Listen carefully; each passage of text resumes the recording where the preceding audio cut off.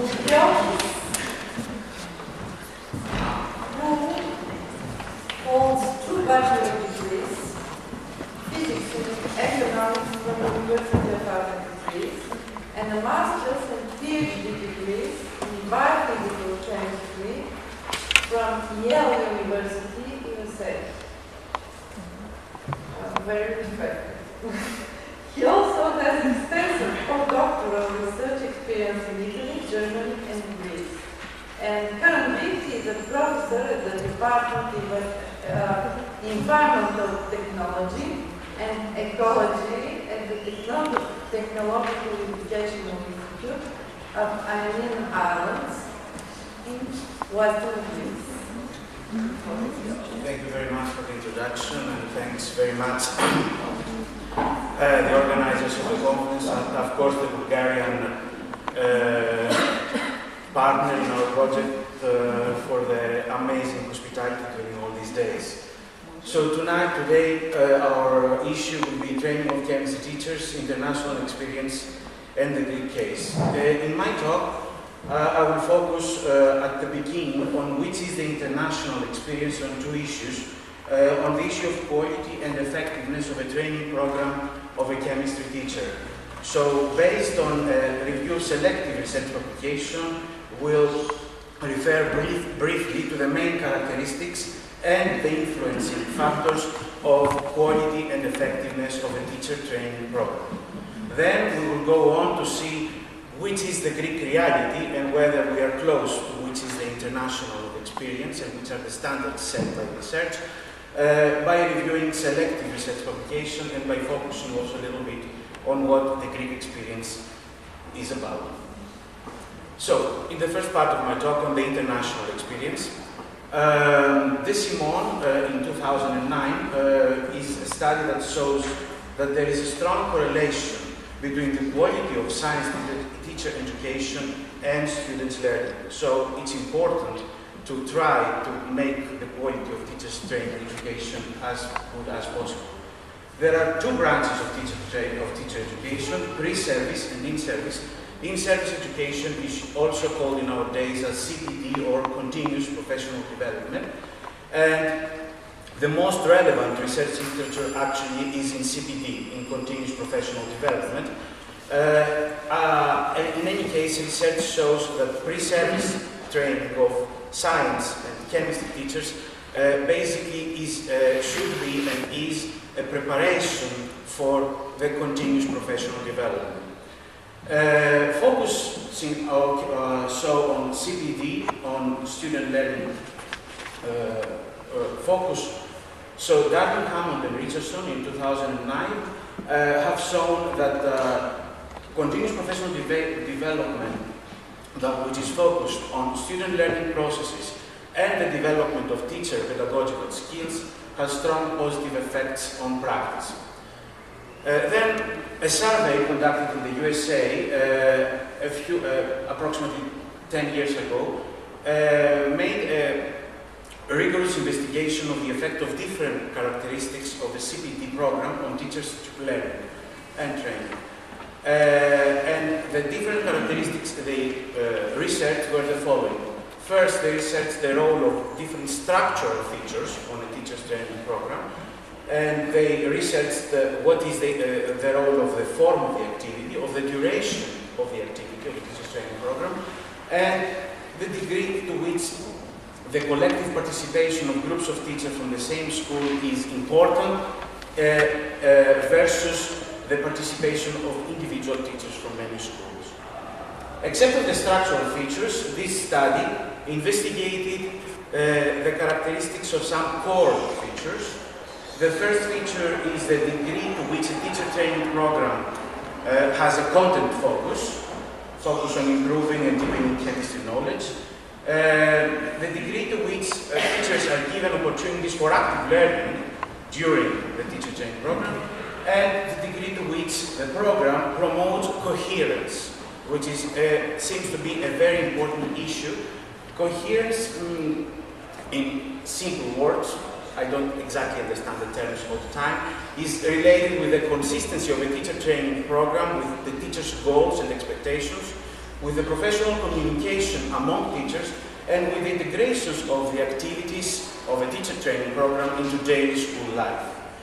This research project showed that the characteristics which are most likely to produce enhanced knowledge and skills, sorry, I'm missing a T over there, is the one shown with green. First, the duration. It's important that the CPT program is as intensive as possible. Secondly, the focusing on academic subject matter, knowing chemistry as well and as depth as possible, and also focusing on active learning activities. These two characteristics of a teaching training program are important because they give to the teachers a sense of efficacy that they can do well during their actual teaching, and coherence. Additional corroborating studies for the coherence and duration is the study by Penuel and co-workers in 2007, which is a teacher's perceptions study, and also a study by Darling, Hammond and Richardson in 2009, where it has been shown that the training program should not be in isolation, but rather a coherent part of the school reform effort. And in regard with duration, research has shown that traditional, episodic, and fragmented approach does not allow for rigorous cumulative learning in the study of Knapp in 2003, and in a review of Gasky and Hume in 2009, also it has been shown that short duration workshops are the most ineffective practice if you want to produce teachers who are as qualified, better qualified as possible. International experience, research experience, has shown that other influencing factors for the success of a teacher training program are the provision of time for teachers to plan for implementation, the provision of technical support, and the involvement of outside of school experts. Let's move now to the Greek case. In Greece, pre-service training, I have to say that the science teachers get a very much in-depth knowledge in the subject of chemistry, but usually also physicists, biologists, and geologists are asked to teach chemistry at school, not only chemists. However, their pre-service education practically contains no general or special education preparation for the teaching profession. Recently, some chemistry departments have started including only elective courses in chemistry education in their undergraduate programs. So pre-service training is basically infant. In-service training, when a person becomes a chemistry teacher in Greece, has to attend an obligatory training course in teaching methodologies when he's a newly appointed chemistry teacher, which is organized by the National Ministry of Education. Usually this program gets not only from the literature but also from the experiences of our teachers quite negative reviews, because it's too theoretical and of informative nature, and it also has a very short duration, only 1 week, which is of course related with the fact that international experience in research has shown that one shot is just not enough. The most widespread program of teacher trainers of in-service teacher training in Greece is a program called Teacher Training on ICT in Education. There are two phases in this program. The first phase mainly aims at the development of teachers' familiarity with ICT, while the second phase aims at providing teachers with the pedagogical skills required for integrating computers in the classroom. Both phases are optional. Most teachers attend the first phase also. They learn how to use Microsoft Word, Internet Explorer, Excel, which is, okay, not so difficult anyway. I don't know if you need specific training for that. But the second one, which is more specific, unfortunately, is attended usually by a very small percentage of science chemistry teachers. There has been a very interesting study by Greek researchers, by Vosniano and Koulougliotis in 2001, called ICT and the Problem of Teacher Training, Myths, Dreams, and Harsh Reality. In this study, this study examines the evidence from various evaluation studies regarding the effectiveness of ICT training programs and their influence on teacher attitudes and practice in Greece, always. And it concludes, unfortunately, that the reality indicates that the introduction of ICT so far has not brought about significant changes in teacher practices in Greek schools.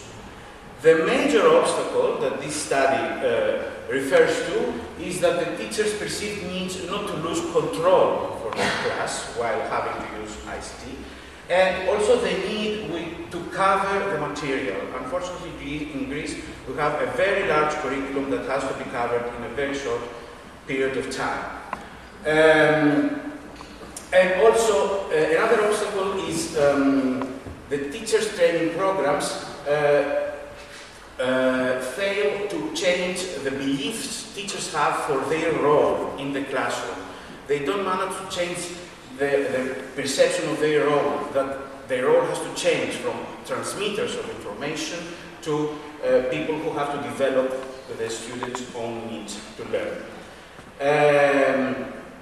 So this study concludes by saying that in order to take advantage of the characteristics of ICT that facilitate learning, major changes should take place also in the educational objectives, that are national educational objectives, and the national curricula. And the following principles are proposed for introducing changes: meaningful materials and tasks, bring schools, Greek schools, closer to real life, less breadth and more depth in the curriculum design, test for understanding, not for memorization. This end has to change to a not there. Didn't manage to change that. Move towards a more decentralized system of education. Unfortunately, in Greece we have a very centralized educational system. All teachers in all high schools have to follow the same exact guidelines of the national curriculum, and give more freedom to individual teachers to do the job of educating. So these are major reforms for the Greek national, especially the last two ones. Moving on to a few more studies, some other findings by Greek researcher, and recent research by Psyllos et al. In 2005 mentioned the need for science teachers to master both pedagogical and content knowledge and be aware of the in-between links. They give special mention to the fragmentary nature of pre-service science teacher education, and they make a proposal for application of specific TLS, teaching learning sequences, that can help student teachers develop clear criteria when choosing their teaching strategy at school. In two recent studies by Papageorgiou et al. In 2010 and 2012, the lack of a satisfactory level of primary school teachers in understanding of basic chemical concepts and the existence of several misconceptions which are unfortunately passed on to their pupils later on are pointed out.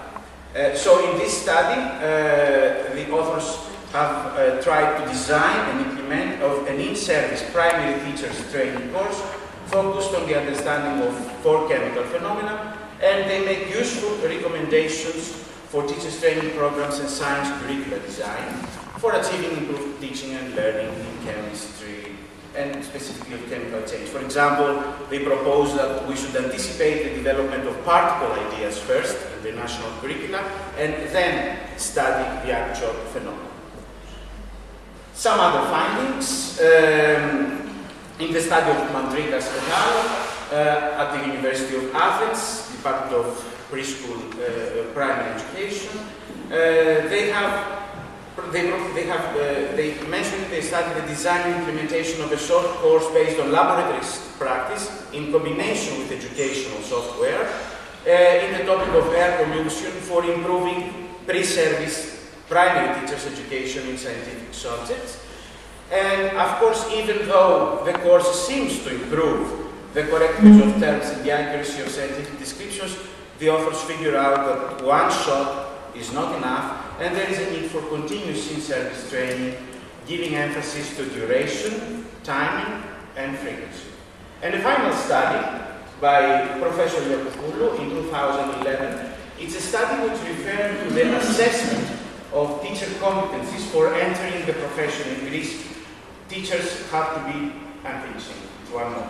In order to enter the profession, have to have tests for specific competencies. And this study shows that the test didn't give importance to specific competencies, like the understanding of student needs, like the pedagogical approach adopted by the teacher to the subject taught, the evaluation of the curriculum and textbook used, the curriculum intervention and textbook adaptation to the existing context and needs for the students, which means that these above 4 criteria that are not met, it means that they are not also given importance to pre-service teacher training programs.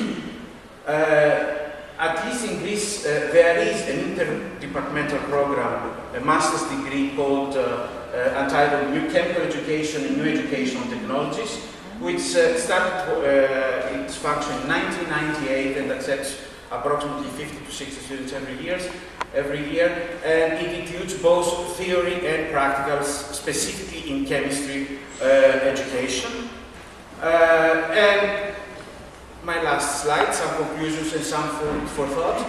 The Greek teacher training system is in a reform right now. It presents certain major limitations related with coherence, which is important, with duration, with its aims and focus.